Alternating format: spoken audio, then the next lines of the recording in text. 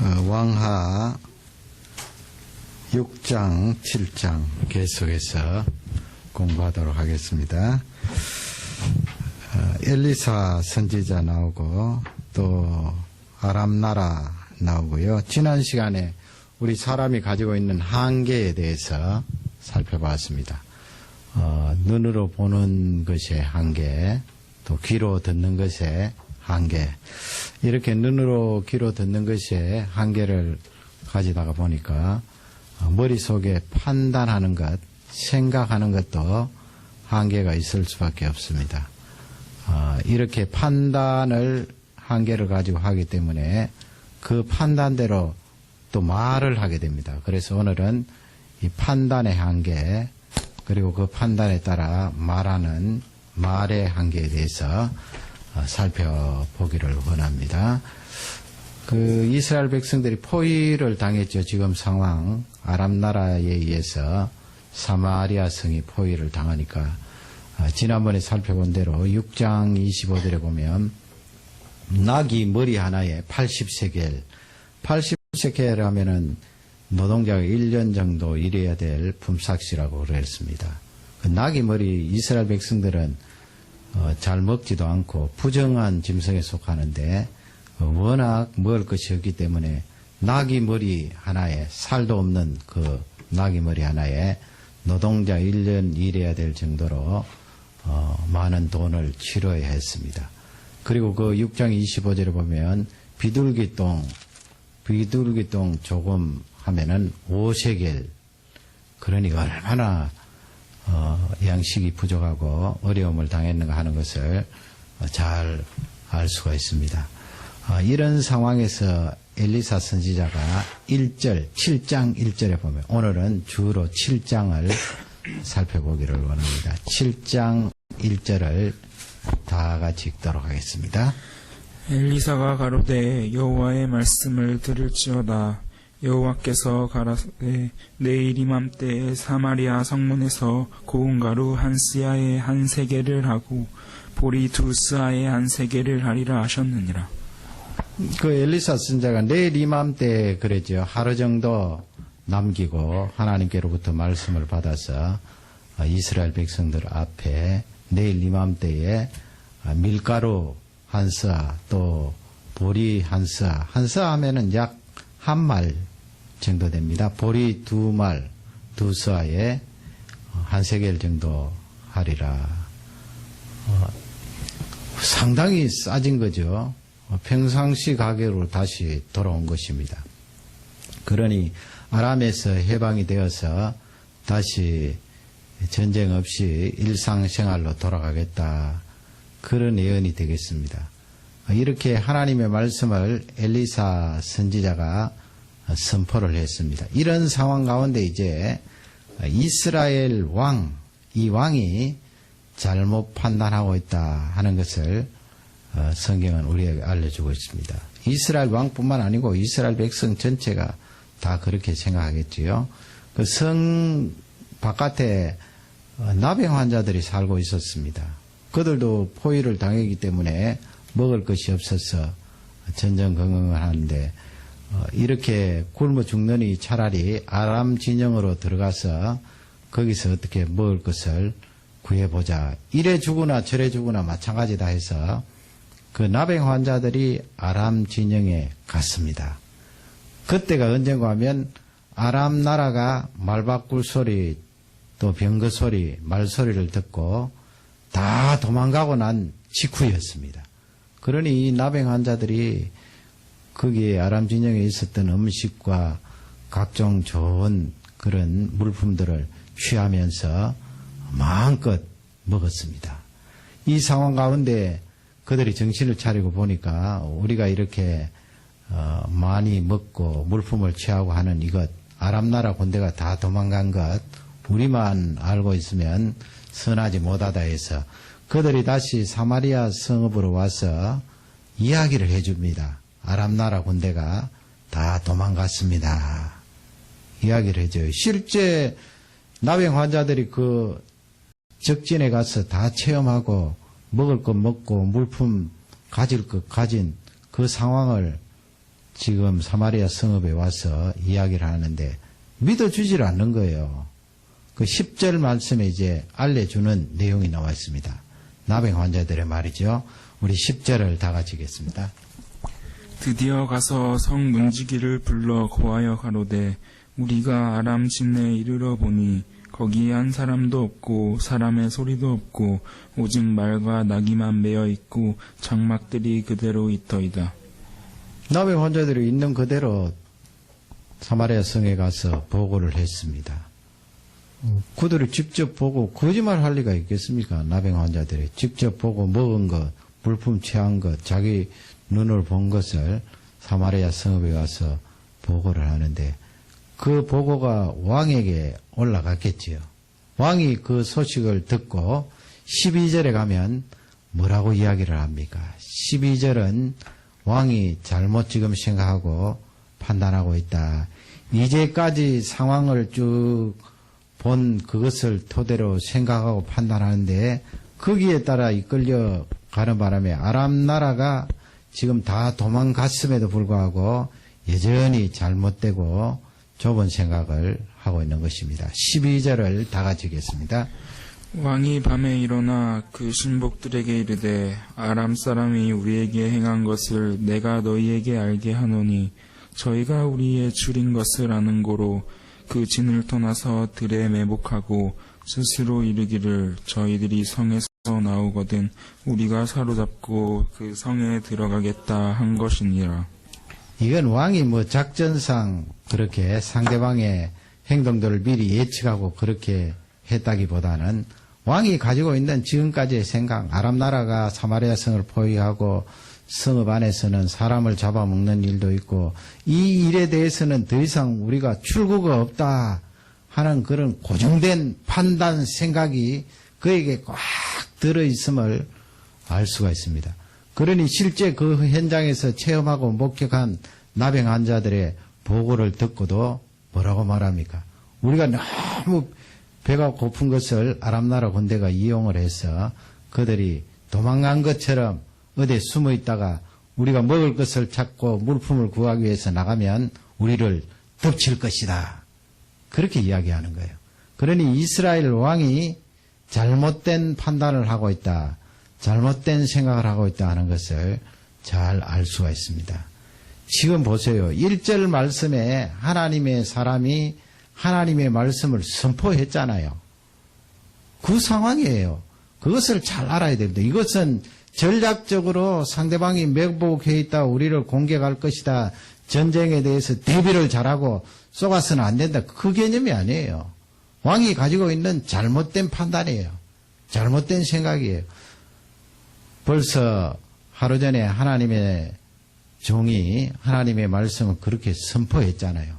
내일 이맘때 되면 밀가루 값이, 보리값이 그만큼 평상시처럼 내릴 것이다. 하나님의 말씀을 그렇게 들었으면 그 다음에는 생각이 달라져야 되잖아요.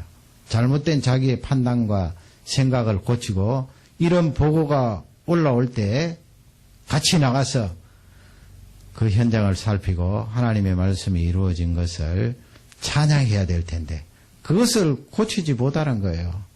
결국은 뭐 정탐꾼을 보내어서 그 사실에 대해서 탐지를 했습니다마는 왕이 가지고 있는 그 잘못된 생각을 성경 말씀이 꼬집고 있는 것입니다. 톨스토이가 그 일화인데요. 이렇게 톨스토이가 잘 살았잖아요. 러시아에서. 종을 거느리고 있는데 종 두 사람이 다투고 있는 소리가 들렸습니다. 그래서 이 톨스토이가 나가보니까 두 사람이 막 옥신각신 다투고 있는데 뭐라고 다투는가 하면 한 사람이 그 옆에 있는 종에게 너는 곰이다 그러는 거예요. 곰이다. 그러니 얼마나 화가 나겠어요. 곰이다라는 말을 들은 그 종이 또 말한 사람을 향해서 너는 원숭이다. 아마 한 사람은 살이 좀 찐 것 같고 한 사람은 빼빼한 것 같으니까 그렇게 너는 곰이다. 너는 원숭이다. 왜 나를 보고 곰이라 그러느냐? 왜 나를 보고 원숭이라 그러느냐? 주인이 나와서 보는데도 두 사람이 계속해서 싸우는 거예요. 주인이 그것을 보고 중단을 시키고 이야기를 했습니다. 네가 저 사람을 보고 곰이라고 그랬는데 저 사람이 진짜 곰처럼 생겨서 곰이라고 말한 것이 아니고 너 속에 곰이라는 그 생각이 있었기 때문에 저 사람을 보고 곰이라고 그런 것이다. 잘못은 너에게 있다. 또 반대 사람에게 너는 저 사람에게 받아서 원숭이라 그랬는데 저 사람이 원숭이처럼 생겨서 원숭이라고 그런 것이 아니고 네 속에 원숭이라는 그 생각이 꽉 차 있었기 때문에 옆에 있는 사람을 향하여서 원숭이라고 그렇게 비꼬았다. 그렇게 나무라고 싸움을 중단시켰다고 하는 일화가 있습니다. 그렇죠. 우리가 가지고 있는 판단, 그 생각이 나가는 거예요. 사실 따지고 보면. 그런데 가만히 보면 그 생각이 바깥으로 나간다 할 때는 무엇으로 나갑니까? 행동으로 나가겠죠. 그 행동이 뭐예요? 말입니다, 말. 말로 나갑니다. 너 곰이야. 너 원숭이야. 그렇게 말로 나가게 되면 그 말은 에너지가 되어서 그 사람에게 영향을 미치고 그 에너지는 또 나를 감싸돌고 있습니다. 곰이야 하면서 그 사람에게 에너지로 발산하니까 기분이 나쁜 거예요. 아주 부정적인 기분으로 곰이야 이야기를 들은 그 사람이 기분이 언짢아서 감정이 상하고 공격하고 싶은 마음이 생긴 것입니다. 이렇게 말로 나가게 되는데 우리 사람이 가지고 있는 그 말의 한계를 7장 말씀이 우리에게 잘 알려주고 있어요. 지금 임금님이 그 말은 하지 않았습니다마는 앞쪽에 여러분 살펴봤잖아요. 12절 말씀 그 내용을 보면 간접적으로 임금님도 이와 같은 생각을 하고 있었다는 것을 짐작할 수 있겠지요. 어디를 보면 알 수가 있는가 하면 2절 말씀을 보면 임금님은 아니지만은 신하였어요. 장수였어요. 그 관리가 엘리사 선지자의 말씀을 듣고 무엇이라고 이야기합니까? 이 사람은 말로 확 나간 거예요. 사람이 가지고 있는 그 한계 가운데 말의 한계가 있는데 이 말의 한계를 항상 생각해야 돼요. 그런데 이 사람은 엘리사 선지자의 말씀을 듣고 하나님의 말씀임에도 불구하고 말의 한계를 컨트롤하지 못하고 확 그냥 내뱉은 거예요. 그러니 그것이 에너지가 되어 이 사람을 감싸도는 것입니다. 2절을 우리 다 같이 읽도록 하겠습니다. 그때 한 장관 곧 왕이 그 손에 의지하는 자가 하나님의 사람에게 대답하여 가로되 여호와께서 하늘의 창을 내신들 어찌 이런 일이 있으리오. 엘리사가 가로되 내가 내 눈으로 보리라. 그러나 그것을 먹지는 못하리라 하니라. 눈으로 보겠지만은 먹지는 못하리라. 이 말씀은 죽겠다 말씀이죠. 먹지 못하고 죽겠다. 엘리사 선지자의 말씀대로 내일 보리 또 밀가루 값이 그만큼 떨어지고 평상시처럼 양식을 먹을 수 있을 것이다. 아람에게서 해방이 될 것이다. 그 말씀 아니에요. 하나님의 말씀. 그 말씀을 들은 이 사람이 여호와께서 하늘에서 창을 내신들 이런 일이 일어날 수 없다. 말로 탁 나간 거예요. 가만히 그 말을 분석을 해보세요. 이 하나님 백성 아니에요. 우상을 섬기고 지금 신앙이 다 망가졌습니다만은 그래도 하나님의 백성이에요. 하나님의 백성 북쪽 이스라엘에 살았던 그 관리가 여호와께서 그게 보면은 하나님의 성호를 왜 그렇게 거론을 하는지 모르겠어요. 여호와께서 하늘에 창을 내신들 하나님께서 뭐 하늘에 창을 내시지 않아도 말씀 한마디면 양식을 만드실 수 있고 양식을 주실 수 있는데 이 사람은 여호와께서 하늘에서 창을 내신들 그와 같은 일은 일어날 수가 없다. 잘라서 그렇게 말하는 거예요. 얼마나 무서운 말이에요. 그 자기가 가지고 있는 그 생각, 판단을 그냥 그대로 내뱉은 것입니다. 하나님께서 지금 종을 통하여 말씀을 선포함에도 불구하고 자신이 가지고 있는 생각과 판단의 한계를 통제하지 않고 그대로 그것을 발산한 거예요. 그러니 하나님께서 보시기에는 얼마나 괘씸해요. 여호와께서 하늘에서 창을 내신들 하나님께서 못하실 일이 어디에 있습니까?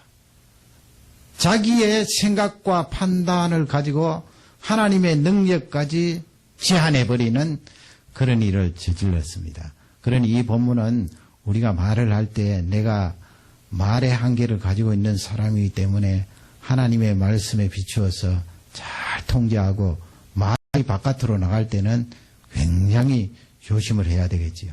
물론 우리가 이 세상에 살면서 가볍게 담소하고 덕담을 나누는 그런 것이 또 필요하지요. 그러나 지금 여기서 드리는 말씀은 하나님의 말씀이 그렇게 진지하게 선포되어지고 이루어질 것이다 말하는데 하나님께서 하늘에서 창을 내신들 그와 같은 일이 이루어지겠느냐. 그렇게 말하는 것은 아주 잘못된 망언입니다. 자신의 생각, 판단에 갇혀 있어서 잘못된 것임에도 불구하고 그것을 바깥으로 말로 표현을 해버린 것입니다. 7절에 보면 우리가 잘 아는 대로 어떤 일이 일어났습니까? 하나님 말씀대로 실제 아람 나라 군대가 다 도망을 갔습니다. 7절을 다시 한번 더 읽겠습니다. 황혼에 일어나서 도망하되 그 장막과 말과 나귀를 버리고 진을 그대로 두고 목숨을 위하여 도망하였습니다. 다 도망갔어요. 다 도망갔어요. 우리 사람 생각 같으면 어떻게 그런 일이 일어날 수가 있는가. 아람 나라 사람들이 오래도록 군사들을 이끌고 사마리아를 무너뜨리기 위해서 그렇게 포위를 하고 진을 짜는데 이제 성 안에서는 사람까지 잡아먹는 그런 일이 일어나는데 얼마 더 있지 않으면 사마리아 성읍이 무너질 텐데 그 사람들이 도망갈 리가 없는 거예요. 그러나 하나님께서 그렇게 도망가게 하셨으므로 북쪽 이스라엘에 다시 전쟁이 끝이 나고 양식을 먹을 수 있는 그와 같은 일이 일어났습니다. 그러므로 이 말씀을 통하여 우리가 이 말이 바깥으로 나갈 때 굉장히 통제를 해야 됩니다. 부정적인 말, 하나님의 말씀과 반대되는 말 통제를 해야 돼요. 우리가 말이 나가면 사람을 살리고 일으키고 다시 그 사람에게 소망을 주는 그런 말로 나가야 됩니다. 루즈벨트 대통령 여러분 잘 알 겁니다. 이분은 정치인이죠. 이분이 나중에 장애인이 되었어요. 그때는 이 의약품이나 의술이 어떻게 해서 그런지 모르겠습니다만 39살 때 소아마비가 생겼어요. 보통 어린아이 시절에 다리를 못 쓰게 되고 장애자가 되는데 이분은 39살에 그렇게 됐어요. 결혼도 하고 부인도 있고 이런데. 그래 얼마나 힘들겠어요.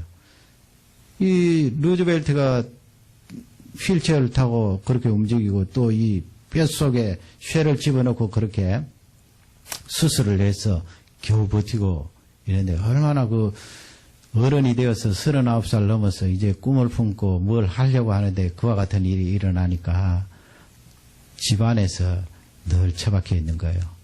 그래 부인이 그것을 보다가 이런 반짝하는 아이디어를 냈어요. 비가 막 오고 있었는데 보통 비가 오면은 소나기 오고 나면은 여름 같은 데는 소나기 지나고 나면은 날씨가 확 개잖아요. 태양이 내리쬐고 또 날씨는 더 맑은 것처럼 하늘은 더 푸르고 그래서 이 부인이 남편을 이제 휠체어에 태우고 나갔어요. 소나기가 내리고 나서 화창한 날 꽃이 있는 가든에 이렇게 휠체어를 끌고 가면서 이렇게 이야기를 했어요. 부인이 여보 이렇게 우리 인생도 살아가면서 소나기 나이는 것처럼 먹구름이 오고 비가 막 떨어지지만은 소나기가 싹 지나고 나면 당신 보세요. 저 하늘에 푸른 하늘, 태양, 맑은 공기, 이 싱그러운 식물들, 꽃들 그런 것처럼 당신도 이렇게 나이가 들어서 장애를 입었지만은 그 소나기를 맞았지만은 반드시 맑은 날, 화창한 날, 꽃이 활짝 핀 그날이 있을 거예요. 힘내세요. 그러니까 고맙잖아요. 그래도 이제 미안한 마음에서 부인에게 이런 이야기 했어요. 여보, 당신 내가 지금 두 다리를 쓰지 못하는데 그래도 나를 사랑할 수 있느냐고. 그러니까 이 부인이 그 말을 받아서 그건 무슨 말이냐고. 무슨 농담이냐고. 내가 지금까지 당신의 두 다리만 사랑했는 줄 아느냐. 그게 아니다. 나는 당신 전체를 사랑했다. 그래서 이 루즈벨트가 그 부인의 격려와 사랑, 따뜻한 말 때문에 살려주는 말이잖아요. 그런 말은 성경 말씀에 틀림없는 거예요. 내일 아침 되면은 밀가루 값, 보리 값이 그만큼 일상생활처럼 떨어져서 양식을 먹고 전쟁이 끝날 것이다. 당신 지금 장애를 입었지만은 소나기 맞은 그 생태라고 생각하고 다시 날이 개면 화창한 그날, 꽃이 피는 그날이 있을 거예요. 나는 여전히 당신을 사랑합니다. 그분이 그 부인의 말에 용기를 얻고 대통령에 나중에 들어가게 되고 삼선 대통령이잖아요. 2차 대전 때 승리를 이끈 대통령. 훌륭한 분입니다. 그리고 미국의 대공황, 경제 불황이 있었을 때 뉴딜 정책을 펼쳐서 많은 영향을 미친 훌륭한 그런 대통령이 되었어요. 그 속을 보면 부인의 말, 따뜻한 말, 살려주는 그 말 때문에 그것이 에너지가 되어서 그에게 큰 힘을 주었던 것을 볼 수가 있습니다. 프랑스 파리에 어떤 시각장애인이 구걸을 하고 있었어요. 시각장애인이니까 조그마한 팻말을 하나 이렇게 앞에 두고 구걸을 했어요. 그 팻말에 뭐라고 적혀 있는가 하면 저는 태어날 때부터 시각의 장애를 입었습니다. 그렇게 되어 있어요. 뭐 사실이니까. 한 번은 어떤 신사가 이렇게 지나가다가 거기다가 동전을 넣으면서 물었어요. 하루에 얼마 정도 이렇게 사람들이 동전을 주고 갑니까? 하니까 5프랑인가 아주 작은 금액이었어요. 그 정도밖에 하루에 벌지 못합니다. 그 이 신사가 앞에 놓인 그 팻말을 싹 돌려서 뭘 이렇게 적어주고 갔어요. 그런데 그때부터 많은 사람들이 이 시각장애인에게 땡그랑 어떤 사람은 빌도 주고 말이죠.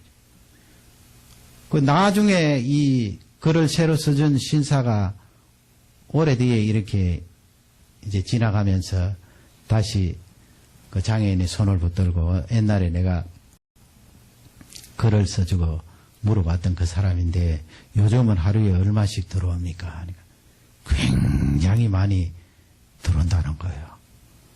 그래서 이 장애인이 그 신사를 붙들고 고맙다고 인사하면서 궁금해서 묻는 거예요. 도대체 뭘 썼기에 그렇게 많은 사람들이 그냥 가지 않고 나에게 동전을 주고 갑니까?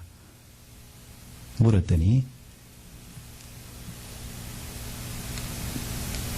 이분이 뭐라고 이야기를 하는가 하면 그 팻말에다가 그렇게 적었다는 거예요. 이제 봄이 오건만 그러나 나는 볼 수가 없네요. 별 다른 말 없어요. 이제 봄이 오건만 그러나 나는 볼 수가 없네요. 그 글이지만 그 말이거든요. 나는 어릴 적부터 시각장애인인데 있는 사실 그거 적은 것하고 이제 봄이 오건만 그러나 나는 볼 수가 없네요. 그러니 우리가 하는 그 말이 얼마나 힘이 있다 하는 것을 잘 알려주고 있는 귀한 말씀입니다. 그 사람이 누군가 하면 프랑스의 셰이유라고 하는 시인이에요. 시인. 그래서 우리가 이 책을 읽는데 시들도 많이 읽어야 돼요. 좋은 시 말이죠. 신앙적인 시. 그 신앙적이고 좋은 시는 그 속에 단어를 함축해서 사람을 살리고 영성을 회복시키는 그런 능력이 있잖아요. 그리고 이 시편을 많이 읽으면 시편 속에 하나님의 말씀이므로 우리를 살리는 생명의 언어가 우리에게 전달되기 때문에 우리를 살리고 에너지를 공급하는 그런 역사가 일어납니다. 우리는 말의 한계를 가지고 있는 존재입니다. 그러므로 실망하고 좌절하고 이 말의 한계 때문에 그냥 입 다물고 사람 말인가? 그 말씀이 아니죠. 하나님의 말씀이 계시잖아요. 엘리사 선지자 시대에도 하나님의 말씀이 그로 통하여 선포되어지고 그 말씀에 따라 사람들이 고백하고 선포하면 되는 거예요. 오, 하나님의 말씀이 내일 이맘때면 정상적으로 양식을 사먹고 해방될 것이다. 선포하면 되잖아요. 그렇게 간단한 문제임에도 불구하고 여호와께서 하늘에서 창을 내신들 그와 같은 일이 일어나겠느냐. 이렇게 나가면 안 된다는 것입니다. 그러면 사람을 죽이고 자기 자신을 함몰시키는 그런 말이 된다는 것입니다. 오늘 이 말씀을 통하여 하나님의 말씀이 내 가까이에 있는데 이 말씀에 영향을 받아서 내 이 은혜의 한계를 뛰어넘어서 하나님의 말씀을 많은 사람들에게 전달하고 그냥 전달하면 되잖아요. 그 말씀이 나에게 주는 뉘앙스들 말하면 그 말을 듣는 사람들이 살고 에너지를 공급받고 희망을 받는 그런 놀라운 역사가 일어난다는 것입니다. 한계를 뛰어넘는 하나님의 말씀이 있기 때문에 우리는 오늘도 소망으로 기도하고 하나님을 찬양할 수 있는 것입니다. 이 말씀이 축복이 되기를 주님의 이름으로 축원합니다.